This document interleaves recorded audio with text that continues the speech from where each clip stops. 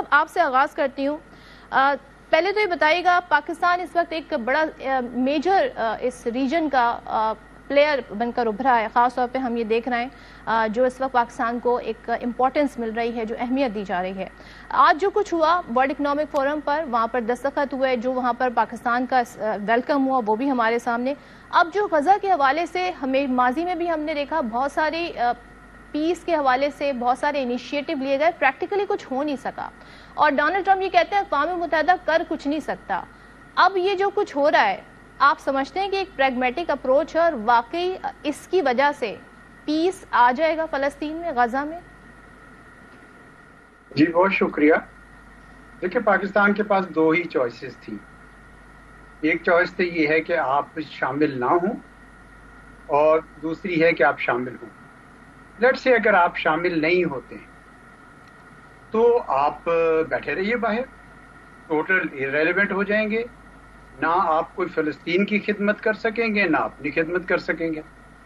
لیکن جب آپ اس کے اندر بیٹھتے ہیں تو ساری دنیا کو پتہ ہے کہ پاکستان کا ٹریک ریکارڈ جو ہے فلسطین کے حوالے سے کیا ہے. 1947 سے لے کر آج تک کبھی کوئی ایسا موقع نہیں آیا کہ جب پاکستان نے فلسطینیوں کے حقوق کے لیے آواز نہ اٹھائی. تو چنانچہ اس بات کا سب کو اعتماد ہونا چاہیے کہ پاکستان جب اس میں بیٹھے گا تو فلسطینیوں کے حقوق کی بات کرے گا، ان کی آواز بنے گا.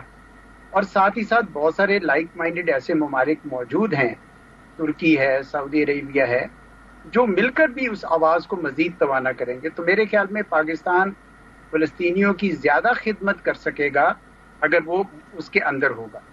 اب یہ اس کے اوپر کچھ لوگ اعتراض یہ کر رہے ہیں کہ جناب یہ UN سیکیورٹی کونسل کا ذکر نہیں ہے، ان کے جو چارٹر اناؤنس کیا ہے اس کے اندر پاکستان نے وہ بھی اپنی طور پر واضح کر دیا ہے کہ ہم اسی ریزولوشن کے تحت ہی جو اس نے غزہ پیس پلان کو انڈورس کیا تھا 2803، اسی کے تحت ہم اندر جا رہے ہیں. تو پاکستان نے تو کوئی اس کے معاملے میں ابہام نہیں رکھا.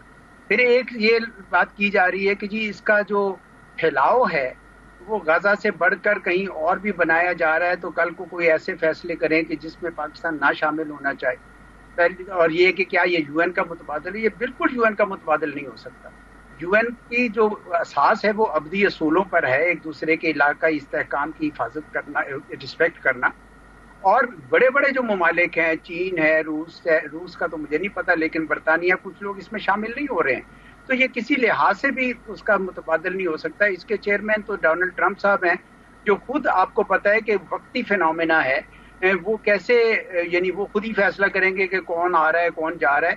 تو وہ ایک بالکل وقتی سی چیز ہے، اور اسی حوالے سے پاکستان اس کے اندر شامل ہو رہا ہے. میں نہیں سمجھتا کہ اس کا پاکستان کو کوئی خاص نقصان ہے. البتہ فائدہ ضرور ہے کہ ہم فلسطینیوں کے لیے کچھ نہ کچھ کر سکیں. جی اچھا، آپ کہہ رہے ہیں یہ وقتی فینومینا ہے.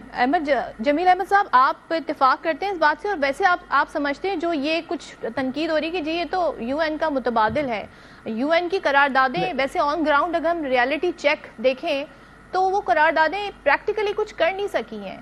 لیکن کیا ڈونلڈ ٹرمپ کی یہ اپروچ یہ کچھ پریکٹیکلی حاصل کر سکے گی؟ کیونکہ ماضی میں بہت کوششیں ہوئی، پاکستان کے علاوہ ایجپٹ کی بات کر لیں، بہت سارے ابراہیم اکارڈ کے حوالے سے بھی باتیں ہوتی ہیں، بہت کچھ ہوتا ہے، پریکٹیکلی آن گراؤنڈ ہوتا کچھ نہیں. الگ بات ہے کہ اسرائیل کا اس میں ایک الگ نقطہ نظر ہے اور وہ ایک ڈسرپٹر کے طور پر اس میں سامنے آتا ہے.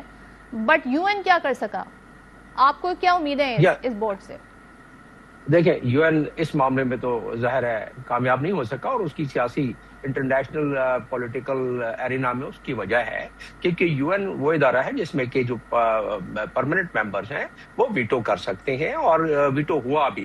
غزہ کے معاملے میں بھی 2 ریزولوشنز 6 میں سے، جب سے 2023 سے اکتوبر سے لے کے اور جب تک یہ پیس پلان کو اناؤنس کیا گیا اس اکتوبر میں 25 میں، تو اس وقت تک جو تقریباً 6 کے قریب ریزولوشن تھے، جس میں سے یونائٹڈ اسٹیٹس نے 2 کو ویٹو کر دیا تھا. تو جب تک ویٹو کا معاملہ رہتا اس وقت تک تو غزہ میں یا کشمیر کا مسئلہ اگر وہ نوبت آتی ہے، اول تو کشمیر کے مسئلے میں ویٹو کی نوبت بہت کم آئے گی، اس لیے کہ وہ جو بھی اس کے ریزولوشنز ہیں وہ چیپٹر 6 کے تحت ہیں، چیپٹر 7 کے تحت کوئی ریزولوشن اس میں پاس نہیں ہوا ہے. خیر، ہم آ جاتے ہیں دوبارہ غزہ پر. بورڈ آف پیس یہ بنا کیوں؟ ابتدائی طور پر تو وجہ اس کی غزہ بنا، اور غزہ کا ایکسکیوز یہی ہے کہ OIC جس کے کہ اپنے چارٹر کے پیراگراف 9 کے پریمبل میں دیا ہوا ہے کہ کشمیری کاز جو ہے وہ مقدم ہوگا پورے 57 ممالک کے لیے، کچھ نہ کر سکے. تو ان کے آرٹیکل 18 میں دیا ہوا ہے کہ ان کا ایک اضافی ایڈیشنل سیکرٹری جنرل ہوگا جو کشمیر جو فلسطین کے معاملے کی ہمیشہ وہ جنواتا رہے گا، بتاتا رہے گا کہ اس پہ کیا کرنا ہے. کچھ نہ ہو سکا. کوئی تقریباً 4 کے قریب سربراہان کی میٹنگ ہوئی، کچھ نہ ہو سکا. تو جب کچھ نہ ہو سکا OIC جیسے بڑے پلیٹ فارم سے، اور جب کچھ نہ ہو سکا UNO جیسے پلیٹ فارم سے، تو بورڈ آف پیس کا ایک نیا ایک پیش کیا گیا مسودہ، اور وہ ہو بھی گیا. پاکستان میں آپ کے پروگراموں میں کئی مرتبہ کہہ چکا ہوں کہ پاکستان کو نہ صرف بورڈ آف پیس میں شامل ہونا، اب تو خیر ہو گیا، اور میں شروع سے میں کہتا آیا ہوں کہ ہونا چاہیے، اور اس کے وہی اسباب ہیں جو کہ ابھی بیان کیے گئے، اور جس کو کہ یقیناً یا تو آپ خون ریزی کرا لیتے مزید غزہ میں اور پورا قبضہ کرا لیتے غزہ میں، یا پھر آپ اس کو مدھم کرنے کے لیے کچھ نہ کچھ کرتے. اس کی کیا گارنٹی ہے؟ جب ہم بات کر رہے ہیں تو اسرائیل آج بھی آپ چیک کریں، رپورٹس چیک کریں تو 11 یا 10 فلسطینی صحافی یہ آج بھی وہاں پر مار دیے گئے. اور ڈونلڈ، آپ نے کہا کہ ویٹو کی پاور تھی امریکہ کے پاس، ان کنٹریز کے پاس UN میں، لیکن جب یہ سب بربریت جاری تھی تب ہم نے دیکھا کہ اتنا انفلوئنس ہونے کے باوجود ڈونلڈ ٹرمپ امریکہ نے اسرائیل کو یہ نہیں کہا کہ وہ یہ جنگ روک دیں. تو یہاں پر ہم ظاہر پاکستان کی نیت اچھی ہے، پاکستان کی اپروچ اچھی ہے، پاکستان کا ایک بڑا فرم سٹانس ہے کشمیر اور فلسطین کے ایشو کو لے کے، لیکن ڈونلڈ ٹرمپ کی جو اپروچ ہے اس پر کتنا ٹرسٹ کیا جا سکتا ہے؟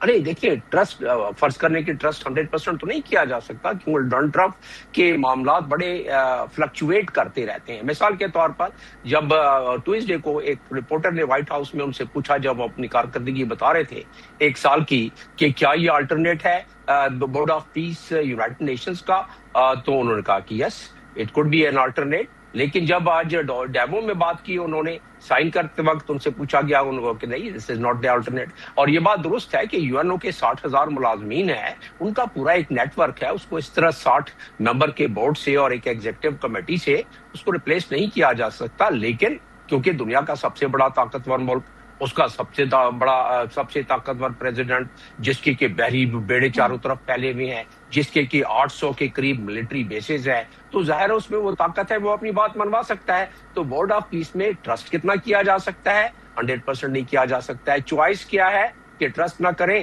تو دوبارہ وہی کام شروع ہو جائے گا کل سے. تو لہٰذا آپ کی بات درست ہے کہ آج بھی وہاں اسرائیل نے کیا ہے. اسرائیل کے پاس بہانہ کیا ہے، اور میں جب سے اکتوبر سے یہ سیز فائر ہوا ہے، میں یہی ہر چینل پہ کہتا رہا ہوں کہ یہ جو منصوبہ بنایا جا رہا ہے اس کو فوری طور پر نافذ العمل ہو جائے تو اسرائیل کے پاس بہانہ نہیں رہے گا. 400 افراد کو انہوں نے، اور آج صحافیوں کو انہوں نے جاں بحق کر دیا ہے، شہید کر دیا ہے اس سیز فائر کے بعد. میں اعزاز صاحب سے پوچھتی ہوں